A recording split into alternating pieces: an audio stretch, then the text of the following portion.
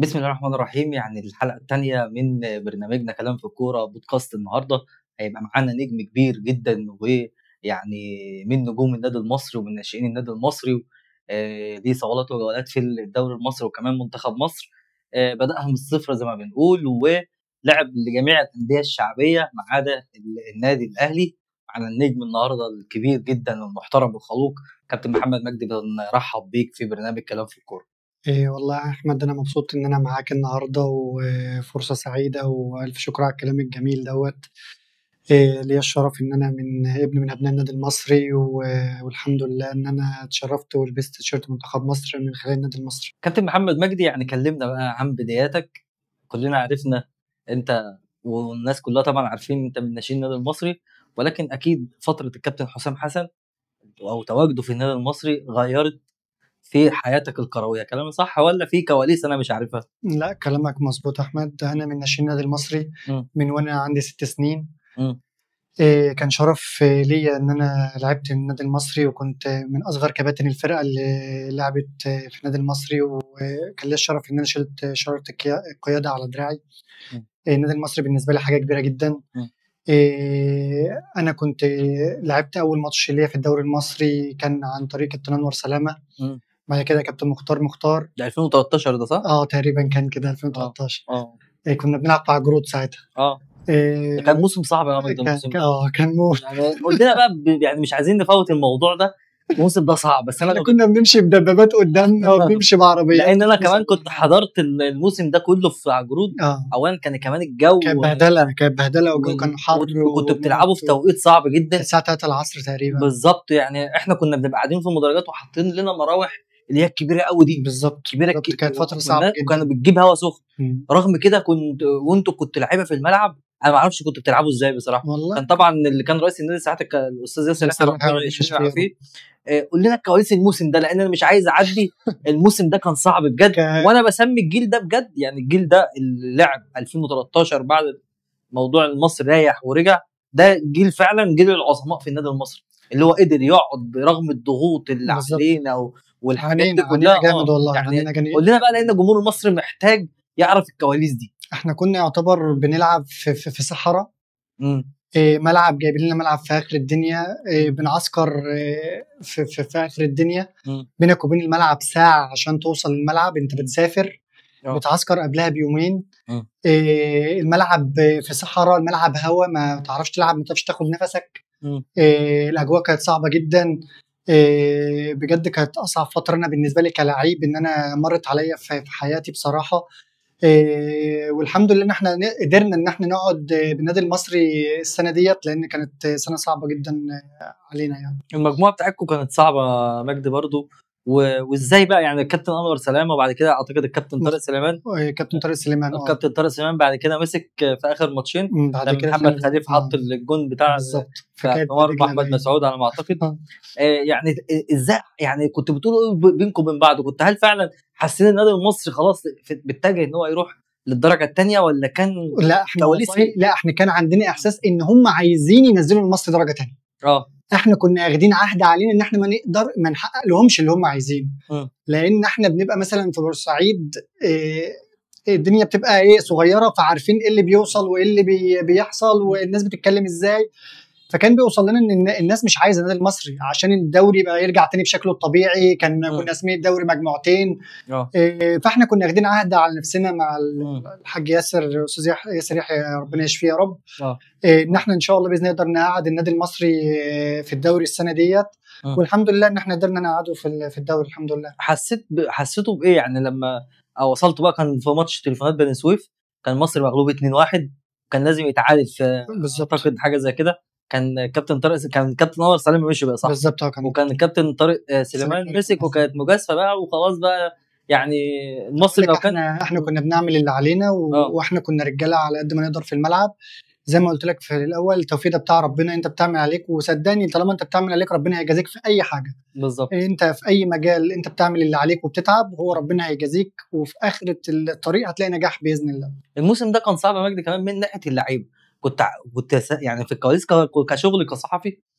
كنت عارف ان في لعيبه كانت رافضه، ما كانتش راضيه تيجي، في لعيبه ما كانت رافضه تيجي بالظبط. في لعيبه كتيره والله كانوا بيتفاوضوا معاه ما كانوش راضيه تيجي، يقول لك لا مش هلعب في النادي المصري، مش هروح السويس عشان العب في استاد السويس. ليه؟ انا القاهره او اسماعيليه او بس لا انا مش هلعب في النادي المصري، وبيبقى بقى لهم انتماءات تانية فمش عايز ابقى محسوب على النادي المصري. ايوه حاجات بره الكوره خالص يعني. لكن الحمد لله الموسم ده كان اصعب موسم عدى على النادي المصري فعلا يعني. طب كمل لنا بقى بعد ما صعدت من يعني اول حد صعدك في الفريق الاول كان كابتن انور سلام، كان كابتن انور سلام، وبعد كده جه كابتن مختار لعبت اخر ماتشين في الدوري السنه اللي بعديها. بعد كده جه كابتن حسام. احكي لك كواليس كده ما كانش حد يعرفها. انا كنت كان كابتن حسام عامل فتره اعداد فيها حوالي 50 لعيب، وكنا قعدنا في افريكانا في اسكندريه فندق. قعدنا تقريبا 45 يوم او 40 شهر ونص قاعدين معسكر. كابتن حسام كان عمال يصفي اللعيبه واحد من 50 لعيب، من 50 لعيب.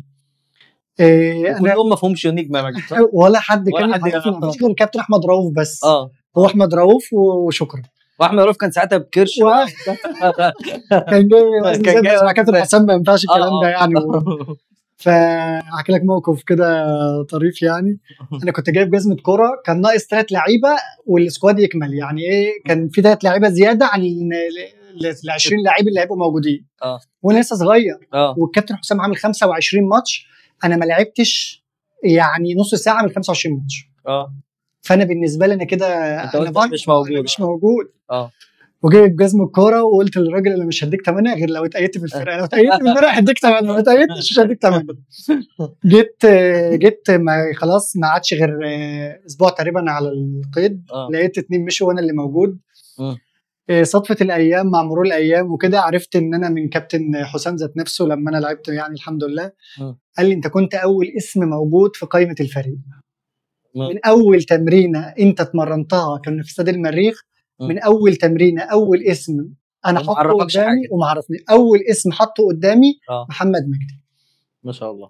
والحمد لله فضل ربنا. بعد كده الظروف سمحت، كنا تقريبا كسبنا ماتش وبعد كده تعادلنا ماتش مع انبي. كابتن حسام بيحب يعمل ماتشات وديه بعد الماتشات على طول بعد الماتش الرسمي. كان عامل ماتش وانا كنت كويس جدا في الماتش الودي. قال لهم انا لاعب محمد مجدي ولعبته والحمد لله. ببدايه بقى المشوار كانت من هنا بفضل بعد ربنا يرجع لكابتن حسام. بصراحه مدرب كبير. الناس بتتكلم ان هو روح وقلب وبتاع، بس انا بقول لك والله من امتع المدربين اللي اشتغلت معاهم فنيا. بيديك حلول في الملعب كتير، بيديك ثقه في نفسك غير طبيعيه. انا مره كنت راجع من المنتخب، كنت انا واحمد رؤوف راجعين من المنتخب، كان الساعه 4 الفجر. كان عندنا ساعتها صح احمد رؤوف كان وزنه زايد وفعلا خلاه مسطره. راجعين من المنتخب الساعه 4 الفجر من اسوان. كان عندنا ماتش تاني يوم مع طلائع الجيش. الماتش ده لو تفتكر احنا مغلوبين 2-0 من طلائع الجيش. جبنا جونين، الجون التالت اللي جبته بدماغي رحت له على الخط. فبحضن انا يعني انا على طول بجيب الجون بروح فحضنته، فبيقول لي انت متضايق ليه؟ اعمل اللي انت عايزه. كان شوف الثقه، شايف المدرب بيحولك 180 درجه من ان انت محبط وزعلان والجونين كانوا مني لان كنت تعبان جدا وكنت مرهق، فانا زعلان ان انا الجونين مني وغلطتي. قال لي انت زعلان ليه؟ براحتك اعمل اللي انت عايزه انا في ظهرك. لما مدرب بقيمه كابتن حسام حسن طبعا. يجي يقول لك الكلمه دي وانت لعيب لسه صغير ولعيب لسه بتبتدي مشوارك. انا بالنسبه لي كابتن حسام اتعلمت منه كتير، شخصيه قياديه بطريقه رهيبه بصراحه. العقود كانت عندكم ايه بقى؟ انا سامع اعلى عقد كان نص مليون بقى. انا كان عقد 40,000 جنيه والله. انا منتخب مصر. منتخب مصر 40,000 جنيه والله 40,000 جنيه. الكلام ده مش من بعيد يعني، ده 2016 باين او 2017 والله. وانا ماشي من النادي المصري وانا ليا مكافاه افريقيا 250,000 جنيه ما خدتهاش لغايه دلوقتي.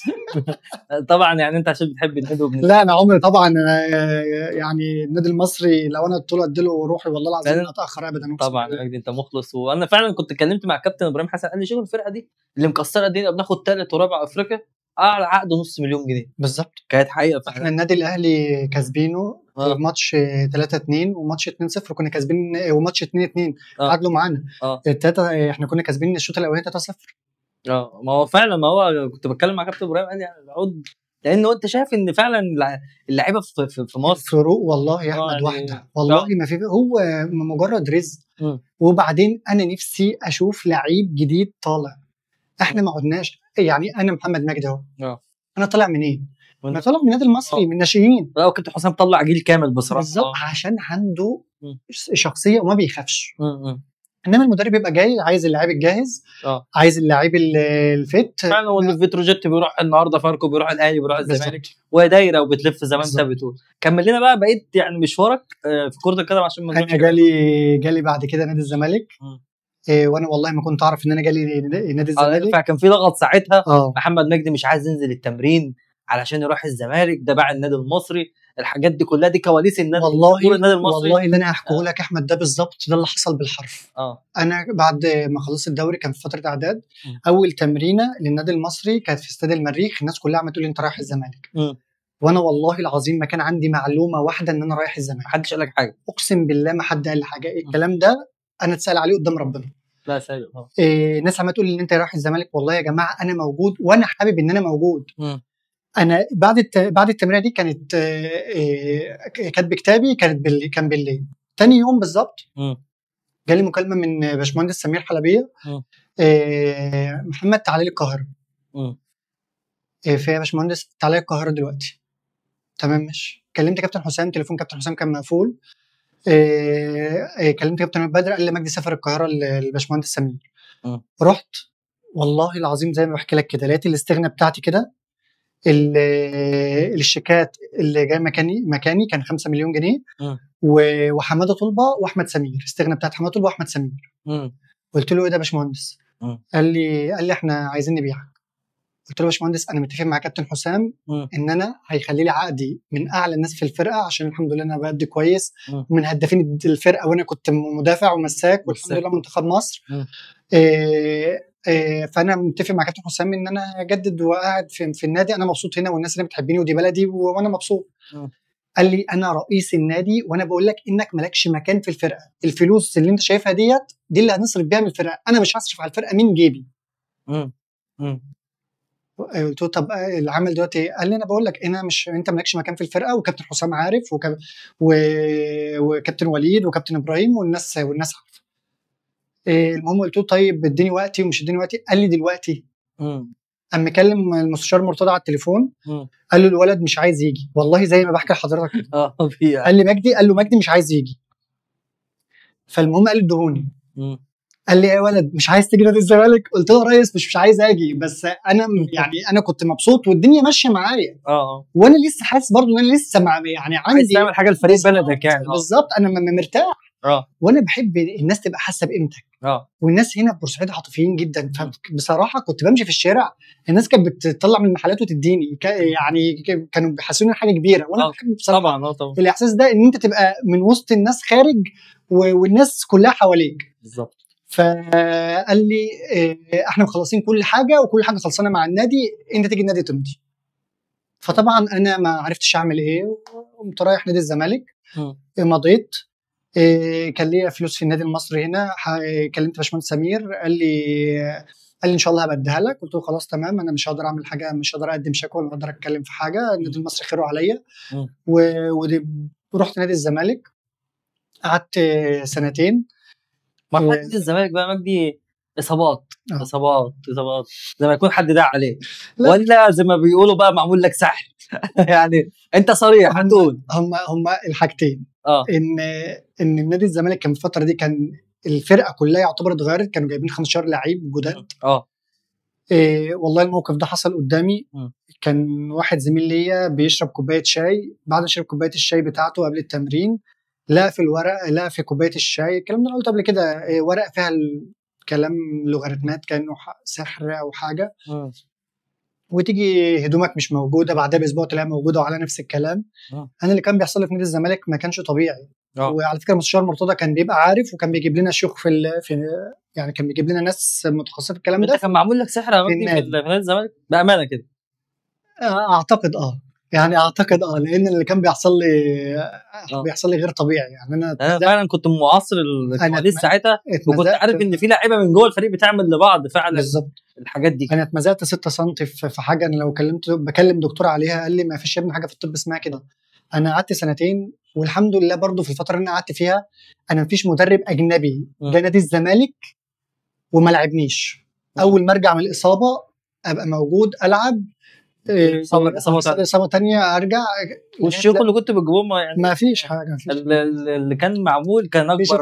مفيش الكلام ده. طيب يعني اللاعب اللي نص الملعب اللي هو كان شرب شافها ازاي يعني او اكتشفها؟ لا هو بيشرب كوبايه شاي، بعد ما خلص كوبايه الشاي بيبص لا ورقه ملفوفه كده مدوره، بيطلع الورقه والدنيا اتقلبت ساعتها وما نزلناش تمرين والتمرين اتلغى. هو كان بيلعب في نص الملعب بس انا كنت عارف اسمه من ساعتها بس مش هقوله يعني مش هقوله لان كان موضوع يعني برضو. بس انت اثرت الموضوع ده خلي بالك يعني قريب انت اثرت الموضوع ده وده بيحصل يا مجدي. يعني انا كان مؤخرا برضو كان في لعيب في النادي المصري معمول له سحر برضو. هو الموضوع ده بقى كتير جدا واللعيبه بقت بتستسهله واللعيبه بقت ماشيه مع الشيوخ واللعيبه يقول لك انا لابس خاتم عشان يمنع عني الحسد لو اللعيب ده كان افريقي يعني هو ممكن الجمهور النادي المصري عارفه. بابا بادجي كان حد من قرايبه برضه عامل له سحر ونفس القصه يعني ومش عارف ايه يعني بالظبط كده يعني ولا بيعملوا كده. ده رزق يا جماعه، ده رزق وحاجه مكتوبه، احنا مش هنعمل حاجه بالظبط. هو اللي ربنا كاتبه هنشوفه. ايه لو انت كاتب ان لو ده مكتوب لي ان انا انت هتاذيني بس عن طريق يعني ربنا هيبقى رايد بيبقى رايد واحنا في الاول وفي الاخر احنا مؤمنين بالله وان ربنا قال كده يبقى ده كده خلاص الموضوع ونعم بالله. ولكن كل ده مذكور في القران يعني السحر والحسد وكل ده والجن وكل الحاجات دي مذكوره في القران ويا في الاول وفي الاخر ربنا اللي عايزه هو اللي بيكون. يعني انت سنتين بقى خلاص بتوع بقى بعد ما مشيت من الزمالك خلاص بقى الاصابات. عملت موسمين جامدين جدا في الاسماعيلي 48 ماتش ما جاليش شد. ما هو ده كان ده بيدل يا جماعه الراجل كان معمول له سحر وانا عارف ليه عاملينه والله بس عشان الثانيه افريقيا ما عمليش انا كمان افريقيا بطوله افريقيا دوري ابطال العرب تقريبا كان ساعتها البطوله العربيه الدوري والكاس 4 بطولات ما كنتش بريح ماتش ما شاء الله من سفر. منتخب مصر برضه لا ما كان ساعتها ما كانش منتخب بس كنت مرشح منتخب مصر ايام كان اسمه فييرا تقريبا المدرب اللي هو الكبير كان بيلعب المدرب بالزمالك 48 ماتش بين بطوله عربيه ودوري وكاس ودوري ابطال افريقيا يعني بتسافر افريقيا كلها مع الاسماعيلي ما جاليش شد والحمد لله بفضل ربنا كنت بشارك فيهم بشكل رسمي. حتى النادي البنك الاهلي لما كان لسه طلع كان بيبني فريق اشتروني ودفعوا فلوس للاسماعيلي وده يقول لك انهم مش هيدفعوا فلوس في لعيب مثلا مصاب او لعيب مش كويس، لا الناس دفعوا فلوس ورحت البنك الاهلي. لعبت موسم كويس جدا مع البنك الاهلي كابتن محمد يوسف. كنت لعبت تقريبا 17 ماتش وجبت هدف. كنت عامل ماتشات كويسه جدا. بعد كده جه كابتن خالد جلال. الكابتن خالد جلال كان في بقى مشكله معاه كده من ايام الزمالك فقال لهم يا مجدي في النادي. بتحصل فعلا المدربين بيحطوا لعيبه في دماغهم طبعا. اصل انا عارف كابتن خالد جلال من ايام ما كان هو مدير كوره نادي الزمالك ففي كان في تاتش بينك وبين هو جاي يعني في تصفيه حسابات فعلا لا ده موجوده. انا ممكن ما بحبش احمد حتى لو لعيب جامد هاذيك حتى لو لعيب جامد وهيفيد هاذيك بالظبط. انا الحمد لله بلعب ديفندر وبلعب باك شمال وبلعب مساك والحمد لله بفضل ربنا. جاء قال لي انا طول ما انا موجود في الفرقه انت مش هتبقى موجود. وراح قال للناس كده في البنك الاهلي قال لهم مجدي لعب كويس احنا الراجل لعب معانا 17 ماتش والراجل عامل ماتشات كويسه جدا. قال لهم هنا هو ساعتها كانت النادي بيقعد على الحركرك فهو قعدهم فبالنسبه له المدرب طبعا كلمه هو اللي هيمشي. رحت نادي الاتحاد بعد كده لعبت سنه مع كابتن حسام. بعد كده ظهرت الاصابه اللي في ركبتي اصابه ايه بقى يا مجدي؟ يعني الناس كلها فوجئت ان محمد مجدي بطل كوره وهو وانت سنك صغير يعني ما شاء الله ستايل وبتدي فاكيد الاصابه ديت يعني وانا عندي 17 سنه جالي غضروف خارجي في الركبه. احنا ربنا خلينا ب2 غضروف واحد خارجي وواحد داخلي. الغضروف الداخلي ده لو اتشال مفيش مشكله خالص. الغضروف الخارجي لما بيتشال في سن صغير ده اللي بيعمل مشاكل بالظبط. انا دخلت العمليه دي 3 مرات. الدكتور بيحاول يخيط لي الغضروف عشان ما تاثرش عليا على المدى البعيد. اخش يقص لي حته من الغضروف اخرج تطرقع تاني اخش العمليات لغايه لما شال الغضروف كله الخارجي.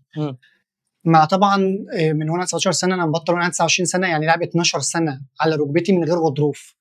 الغضروف ده عامل زي المخده اللي بين العظم كده فانت شلت المخده دي فبالتالي بقى عظم في عظم. طول ما انت بتلعب جمبات واحتكاك انت عارف الكوره رياضه عنيفه العظم بيقعد يتحك في بعضه بيعمل زي قرحه. القرحه دي للاسف ان هي سبحان الله ما بتتجددش، ما فيش خلايا بتجددها. انا طول الفتره دي كنت بلعب بحقن كورتيزون، كنت بلعب مسكنات. كنت جاي على نفسك. انا لسه دلوقتي بقالي شهرين خارج من عمليه بنظف ركبتي من اللي انا كنت عامله فيها. الدكتور قال لي والله الله يكون في عونك من اللي انت شفته في ركبتك. انت ما فيش حته في ركبتك الجنب اللي بره دي سليمه. لان انا كنت بلعب بكورتيزون عشان اقلل بس الالم من 100% من 100% ل 70 50. ودلوقتي لسه فيها مشاكل يا مجدي ولا؟ يعني بتزيد مش بتقل.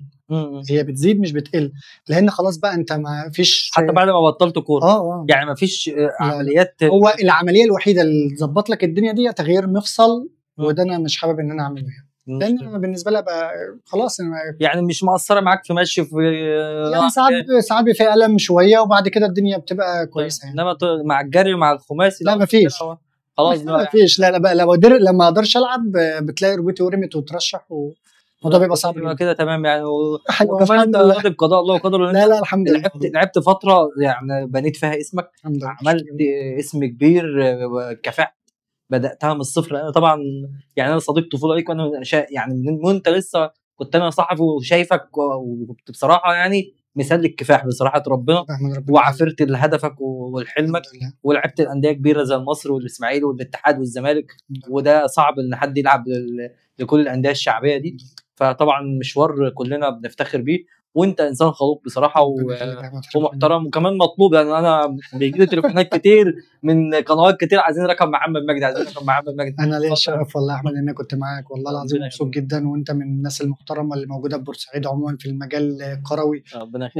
وانا ليا الشرف ان انا قعدت معاك النهارده، واحنا فعلا اصحاب من زمان، وان شاء الله باذن الله على طول مع بعض باذن الله ان شاء الله. اخيرا بقى عشان نختم، العقود في الدوري المصري، وكله بيقول لك زيزو دلوقتي، كله بيوصل زيزو 100 مليون و120 مليون، انتقال من الزمالك للاهلي. وانت راجل لعبت في الزمالك وعارف يعني ايه اللعيب ينتقل من الزمالك للاهلي. يعني شايف زيزو يستحق هذا المبلغ 120 مليون ولا مفيش لعيب في مصر يستحق اكتر من 10 مليون جنيه، وال10 مليون جنيه دول كتير عشان بس احنا تعويمات وبتاع الكلام ده. ان مفيش لاعب في مصر كلها يستاهل اكتر من 10 مليون جنيه. الفروق والله واحده. والله هو رزق وثقه، زي ما لسه شرح لك موقف مع كابتن حسام. انا مفيش فرود في مصر كان بيقدر يرقصني. ده بتيجي من ثقه مدرب فيك ان انت لعيب كويس، ثقتك في نفسك، ثقتك ان انت لعيب كويس، ده اللي بيفرق. في فروق فرديه، انا ما بقولكش زيزو لعيب وحش. زيزو لعيب كويس، وتريزيجيه لعيب كويس، وبن رمضان لعيب كويس، ونادي الزمالك عنده لعيبه كويسه كتيره. بس انا وجهه نظري ما فيش لعيبه يا جماعه، ما بنشوفش لعيب مثلا زي بره مثلا الناس بتتكابك، ناس فعلا تستاهل فلوس الدفع. انت عندك لعيبه هنا في الدوري المصري عقودها يا جماعه اكتر من ناس بتلعب في البريمير ليج يا جماعه. ما دي حقيقه. ازاي يا جماعه؟ انهي منطق؟ فعلا انهي منطق؟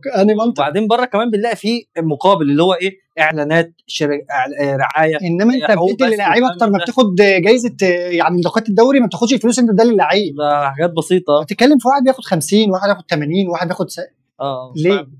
محمود جاي دوت كان عايز ياخد 20 مليون. بيجيب لك كام جون في الدوري؟ ده حارس مرمى عايز 20 مليون جنيه. انت السنه اللي فاتت تقريبا واحد جاب 14 جون، قال لك ده عايز واحد فيصل عايز يروح الاهلي والزمالك عايزه مش عارف 14 جون. الناس اللي بره بتجيب لك في الموسم 60 70 جون وعادي يا جماعه. مفيش مشكله. ايه المشكله يا جماعه؟ لا ده الدوري اللي ما بيقولكش غير لي عقدي بقى، وبيقول لك مش عارف ايه. لا الراجل ملتزم بعقده لغايه لما يجي يخلص يجدد زي ما هو عايز بالرقم اللي هو عايزه. انما انت اللي عندك يجيب جونين ثلاثه، الموضوع بيبقى وتلاقي وكاله مصر كلها بتجري على الاعلام اللي لما بينفخ لعيب ده بيعلم من قيمته التسويقيه. احنا اصلا الكره في مصر كلها ماشيه بالتصييد. ماشيه بالتصييد ووكلاء. انت جبت لك جونين ثلاثه، انت خلاص انت بقيت كده، انت ما عادش تتكلم مع حد. مش عارف يتكلم معاك. اللعيب تجي له تاني رجله وتاني يوم في التمرين ومحدش يتكلم معايا، انا نجم دلوقتي انا جايب جونين، محدش يتكلم معايا. فعلا صح. لا الموضوع بجد احنا في مصر الموضوع المنتاليتي بتاعت اللعيبه صعبه، وبرده الناس هي اللي بتعمل كده.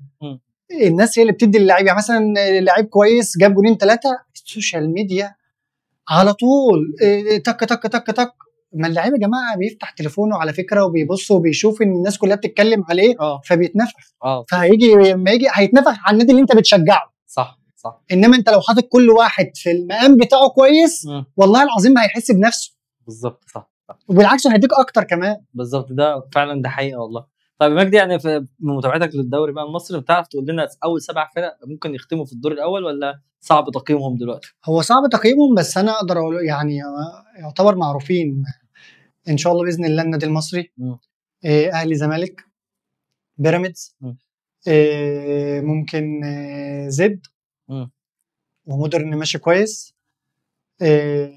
كده 7 حلوين قوي. كده 6 لسه. ممكن بقى يخش فاركو، ممكن يخش لا سيراميكا والبنك الاهلي او سيراميكا. لا سيراميكا، لا سيراميكا. سيراميكا عنده سكواد كويس جدا، وبحب اتفرج على الكوره اللي هم بيلعبوها بصراحه. بالظبط، يعني فرقه كويسه، اللي عندهم لعيبه كوره وبيلعبوا كوره ممتعه. طبعا يعني كابتن محمد مجدي نجم النادي المصري ونجم منتخب مصر ونجم الزمالك والاسماعيلي والاتحاد، يعني كانت حلقه جميله جدا، وشو يعني وعرفنا فيها كواليس انا شخصيا اول مره اعرفها. نجم كبير طبعا، اكيد كلنا بنحبه. مع محمد مجدي بنشكرك شكرا جزيلا، وكنت ضيف خفيف وممتع بالنسبه لنا والله. ربنا يخليك يا احمد، الشرف لي انا، وانا مبسوط اني كنت معاك ان شاء الله باذن الله. شكرا، والمرات الجايه كتير باذن الله ان شاء الله. شكرا.